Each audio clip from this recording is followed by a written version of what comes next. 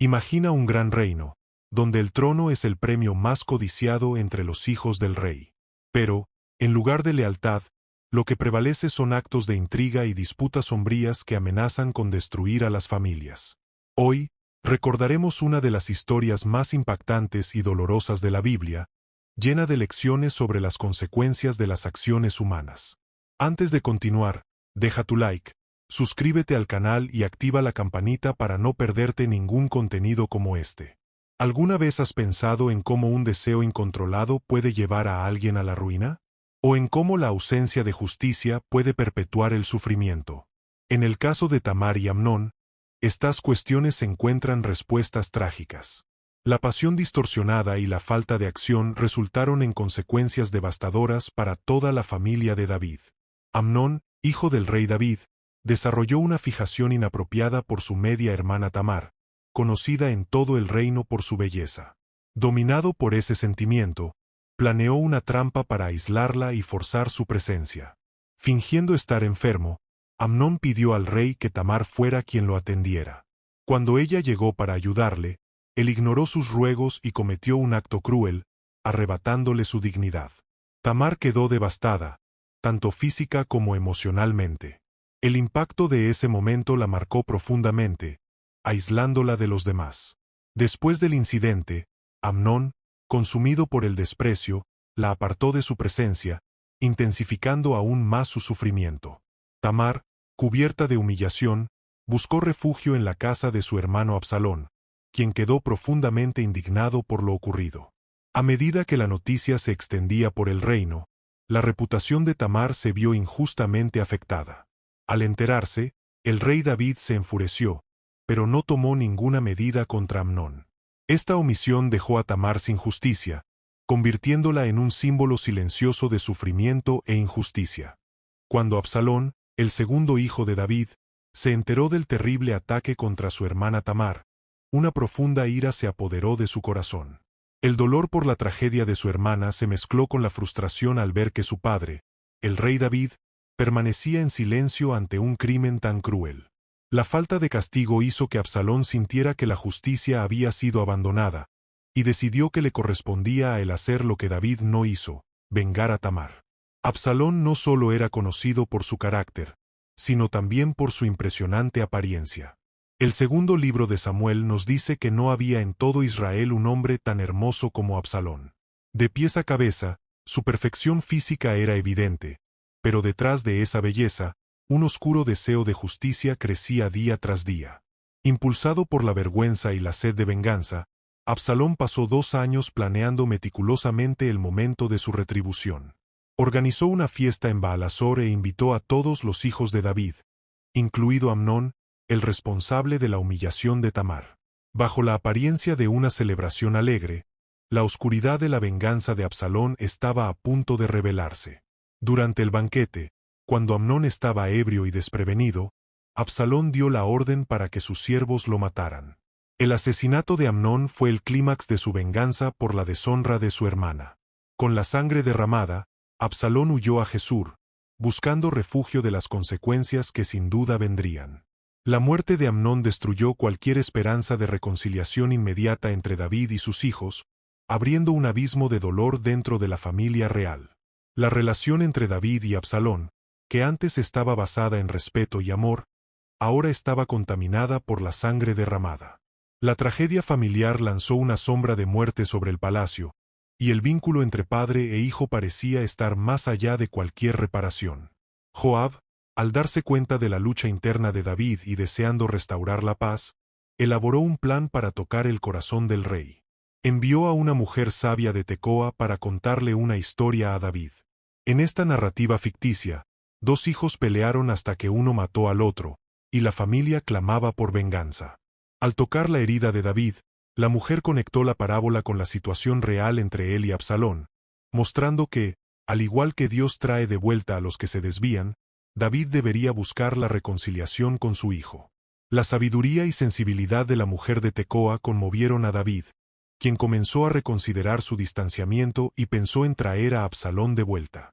Así, David dio instrucciones a Joab para traer de vuelta a Absalón a Jerusalén, sin imponer ningún castigo por el asesinato de Amnón. Sin embargo, David se negó a ver a Absalón personalmente, lo que dejó la relación entre padre e hijo aún más distante. Al regresar a Jerusalén, Absalón comenzó a mostrar sus ambiciones de poder de manera estratégica y creciente. La belleza y el carisma de Absalón lo convirtieron en una figura atractiva e influyente a los ojos del pueblo. A menudo se colocaba a la entrada del palacio, interactuando con aquellos que buscaban justicia o una audiencia con David. Poco a poco, Absalón conquistaba la simpatía de la población, usando sus palabras persuasivas y su habilidad para comunicar. Con el tiempo, Absalón construyó una base de apoyo sólida entre las tribus de Israel. Visitaba diversas ciudades y utilizaba su encanto para ganar aliados. Aprovechando el descontento general, acusaba al gobierno de David de ser injusto e ineficaz, sugiriendo que él sería un líder más compasivo y justo. Su carisma creó un abismo cada vez mayor entre el rey y el pueblo, mientras la autoridad de David comenzaba a ser cuestionada. El resentimiento de Absalón, alimentado por la inacción de David en el caso de Amnón, lo impulsó a tomar una decisión que cambiaría el curso de la historia. Se proclamó rey en Hebrón, desafiando abiertamente la autoridad de su propio padre. El reino de Israel se dividió, con una parte de la nación apoyando al rey elegido por Dios, David, y otra parte siguiendo a Absalón, el hijo rebelde y ambicioso. Ante la traición de Absalón, David se vio obligado a abandonar Jerusalén, huyendo para evitar un enfrentamiento directo. Sin embargo, el conflicto entre padre e hijo era inevitable, y comenzó una devastadora guerra civil. Hermanos luchaban contra hermanos, y los leales a David enfrentaban a los seguidores apasionados de Absalón. El reino, que antes estaba unido, ahora se desmoronaba, con antiguas heridas familiares resultando en tragedias aún mayores. La historia alcanzó su punto culminante en la batalla del bosque de Efraín, donde los ejércitos de David se enfrentaron a las fuerzas de Absalón. Aunque los detalles de la batalla no se describen extensamente en las Escrituras, sabemos que fue feroz y sangrienta. Durante el enfrentamiento, el destino de Absalón quedó sellado de manera trágica. Mientras cabalgaba, su largo cabello se enredó en las ramas de un gran árbol. Aquello que antes lo distinguía por su belleza y carisma, ahora se convirtió en su trampa mortal.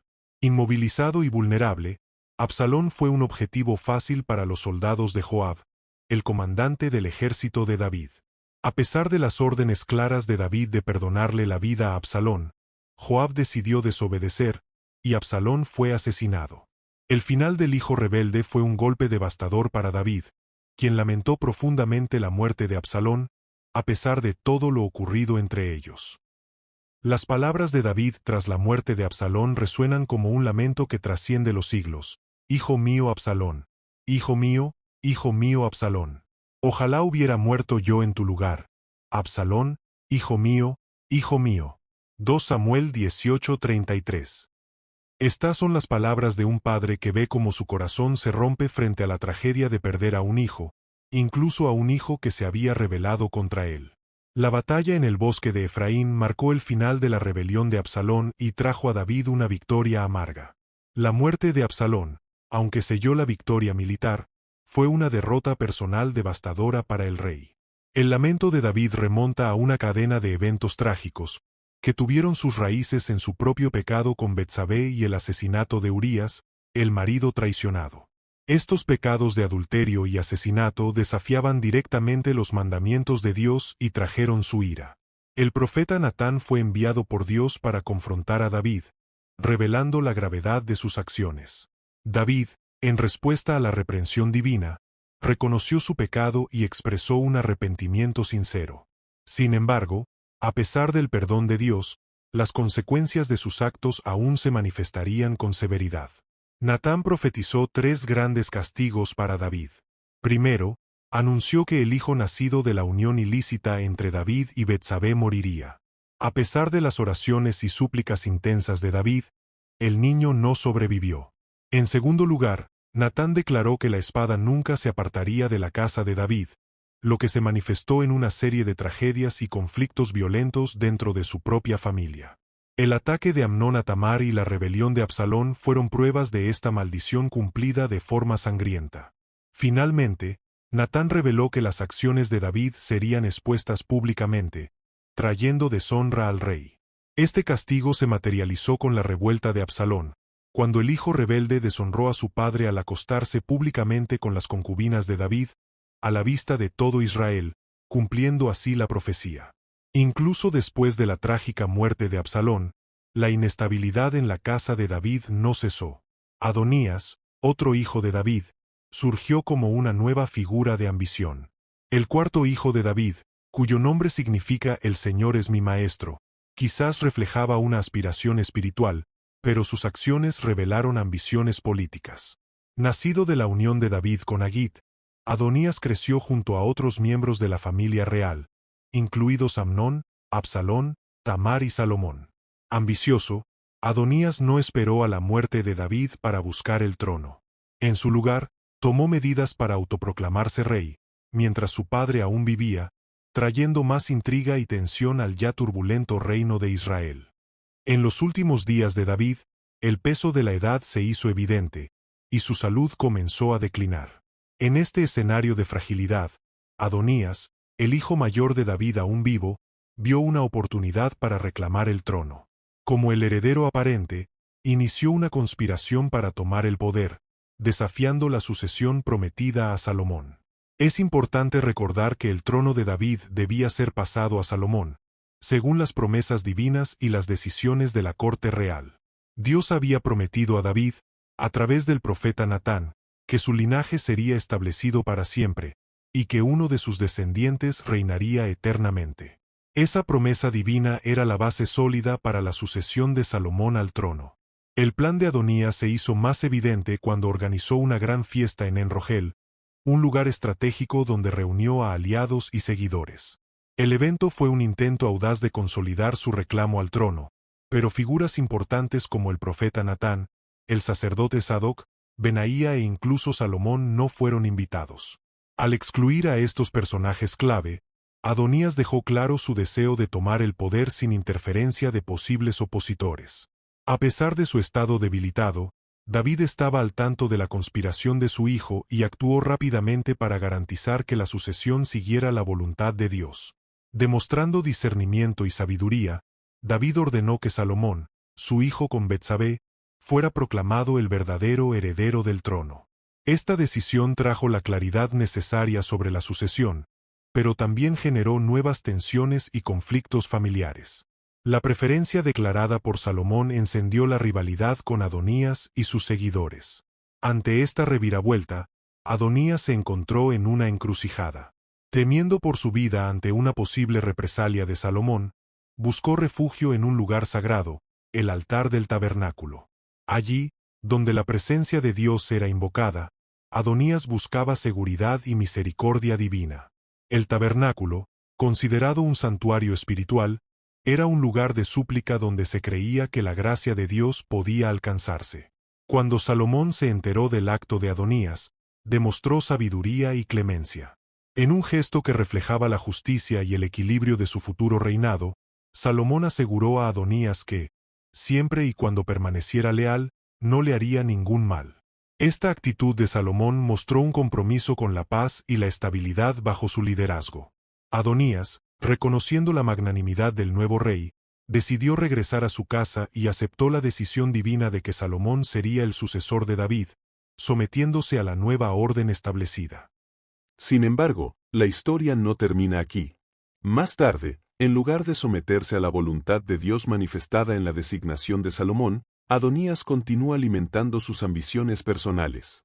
Buscó apoyo dentro de la corte y la influencia de aquellos que podrían ayudarlo a desafiar la orden establecida. Uno de sus movimientos más audaces fue buscar a Betsabé, la madre de Salomón, en un intento de ganarse su favor para sus propios planes. Adonías expresó a Betsabé su deseo de casarse con Abisag, la joven sunamita que cuidó a David en sus últimos días. Este matrimonio tendría un valor simbólico y estratégico, ya que, al casarse con Abisag, Adonías fortalecería su legitimidad como heredero. Además, la unión con Abisag le abriría puertas entre los nobles, aumentando su apoyo en la lucha por el trono.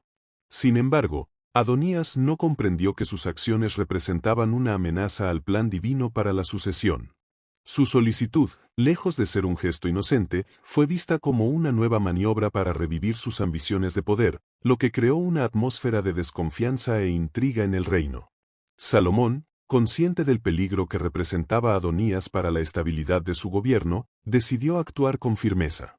En 1 Reyes 2, 24-25, leemos: «Y ahora, vive Jehová, que me ha confirmado y me ha puesto sobre el trono de David mi padre, y me ha hecho casa, como había dicho, que Adonías morirá hoy».